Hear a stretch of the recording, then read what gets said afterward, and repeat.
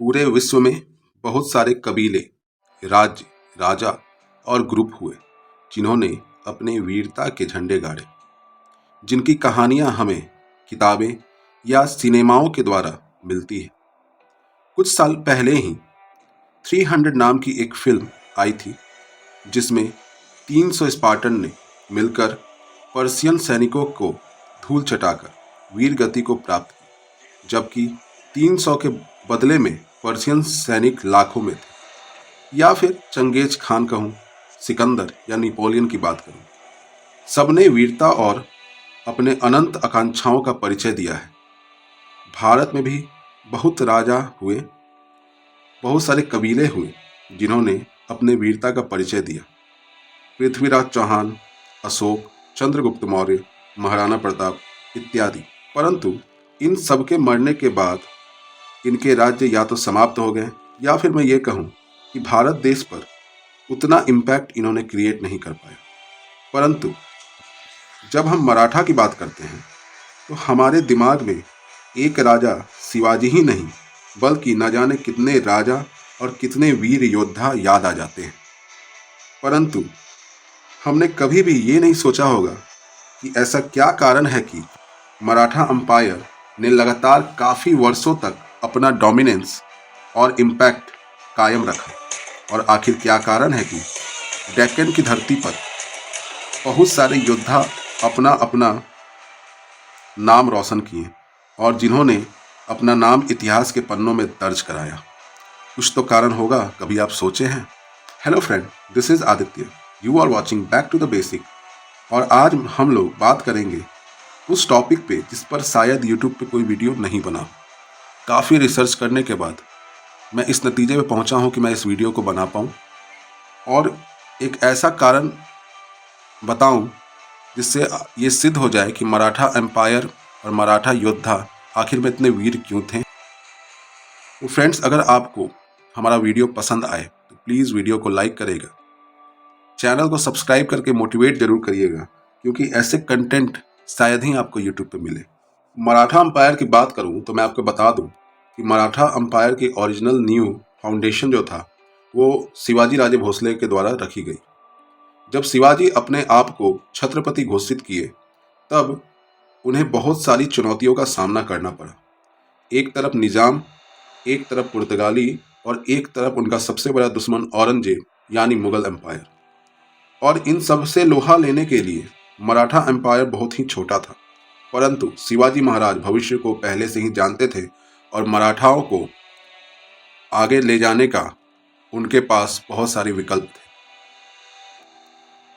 Umpire को शक्तिशाली बनाने के लिए इन्होंने बहुत सारी युद्ध नीति, किला निर्माण, नए नए अस्त्र शस्त्र बनवाए, जिसके कारण ही मराठा अंपायर इतना इम्पैक्टफुल बना। चलिए जानते हैं कुछ कारणों के बारे में। सबसे पहले ज्योग्राफिकल कंडीशन की बात करें। शिवाजी महाराज अपनी ज्योग्राफिकल कंडीशन को अच्छी तरह से जानते थे और ये भी जानते थे कि दक्कन का ज्योग्राफिकल कंडीशन मराठाओं के लिए एक किले की तरह काम करेगा।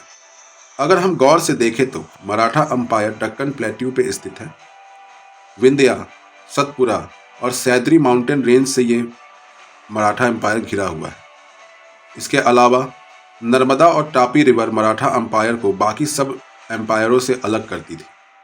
मराठा एम्पायर घने जंगल, डीप वैली, नैरो प्लेट्यू और थिन पैसेज से भरे हुए थे। थिन पैसेज मतलब संकरे रास्ते, जो कि मराठाओं को पावरफुल पॉलिटिकल फोर्स बनने में काफी मददगार साबित हुए। दूसरा कंडीशन था अनबीटेबल फोर्ट्स। शिवाजी महाराज द्वारा ऐसे ऐसे किले बनवाए गए जिसे जीतना नेक्स्ट टू इम्पॉसिबल था, जैसे कोंडाना फोर्ट, रायगढ़ फोर्ट, इसके अलावा पुरंदर फोर्ट। ये सब सह्याद्री माउंटेन रेंज के टॉप हिल्स पे बने थे और इनको जीतने के लिए सीधी चढ़ाई और पतले और जोखिम भरे रास्ते से होकर जाना पड़ता था, जिसके बारे में सोचकर भी दुश्मनों के पसीने छूटते थे। तीसरा कारण है न्यू वेपन टेक्निक। मराठा नए नए हथियारों का इस्तेमाल करते थे क्योंकि संख्या बल में इनकी कमी थी। इसी कारण इनको ज़्यादा से ज़्यादा शत्रुओं को मारना रहता था। ज़्यादा घात करने के लिए इन्होंने नए नए प्रकार का हथियार बनाना शुरू कर दिया, जैसे पट्टा तलवार का ही रूप है, परंतु तलवार से इनकी लंबाई अधिक होती है।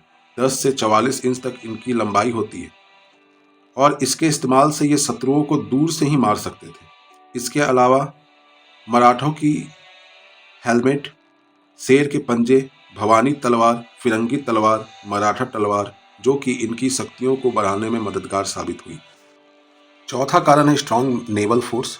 शिवाजी के द्वारा नेवल फोर्स बनाया गया और ये नेवल फोर्स उस समय का शक्तिशाली नेवल फोर्स था। शिवाजी ने डिप्लोमेसी की मदद से पोर्तुगीज से दोस्ती की और पुर्तगालियों की मदद से नए नए जहाज बनाए। इसके अलावा पुर्तगालियों के टेक्निक से उन्होंने हथियार भी बनाया, जो कि मुगल और निज़ाम दोनों के लिए काफ़ी चैलेंजिंग सिद्ध हुआ। यहाँ तक कि जितने सारे कोस्टल रेंज जो कभी मुगल सल्तनत के अंदर आते थे, उसको भी मराठाओं ने इस नेवल फोर्सेस की मदद से कब्जे। आपको मैं बता दूं कि मराठा अपने जोग्राफिकल कंडीशन का यूज़ करके कभी भी डायरेक्ट युद्ध नहीं करते थे। मुगल मैदानी इलाके में लड़ने में सक्षम थे, इसलिए जब भी वो दक्कन में आते तो इन्हें यहाँ के जंगलों में युद्ध करने में काफ़ी परेशानी होती थी। जबकि मराठा गुरिल्ला वॉरफेयर, छापामार युद्ध में माहिर थे। ये एक बार में युद्ध नहीं करते थे, ये दुश्मन पर अलग अलग समय बारी बारी से अटैक किया करते थे।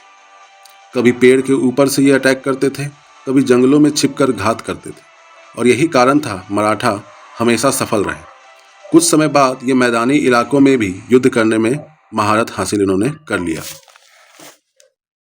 और छठा कारण ये था कि मराठा एम्पायर को इस प्रकार से डिवाइड किया गया, मतलब उसके प्रोविंस को इस प्रकार डिवाइड किया गया कि वो एक बहुत मजबूत राज्य में तब्दील हो गया।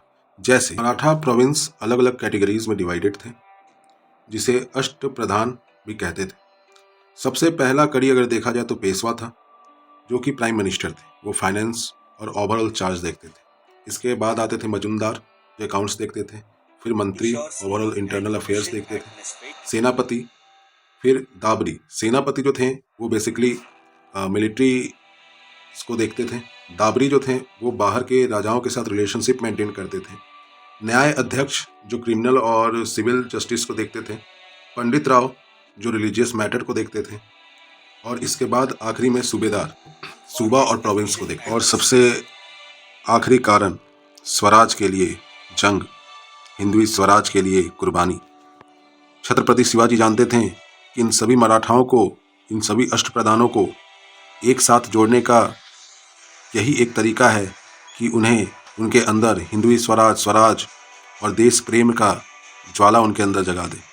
और यही कारण था कि शुरू से लेकर अंत तक मराठा साम्राज्य सिर्फ और सिर्फ शिवाजी के सपने को लेकर चली, हिंदवी स्वराज के सपने को लेकर चली और आगे बढ़ती। राज्य जो सिर्फ महाराष्ट्र में था, दक्कन में था, वो पूरे भारत में फैल गया था और पूरे भारत में भगवा रंग छा गया था। तो फ्रेंड, ये कारण थे कुछ जो सिद्ध करते हैं कि मराठा साम्राज्य जो था और सब साम्राज्य से अलग था। उनके वॉरियर्स और सब वॉरियर्स से अलग थे और साथ ही साथ देश के लिए, किसी राजा के लिए कुर्बानी कैसी दी जाती है, ये हमें सीख सिर्फ और सिर्फ मराठा एम्पायर से मिलती है। तो फ्रेंड्स, आज के लिए इतना ही। यार, अगर आपको मेरा वीडियो ये पसंद आया हो तो प्लीज़ हमारे वीडियो को लाइक करें, चैनल को सब्सक्राइब करें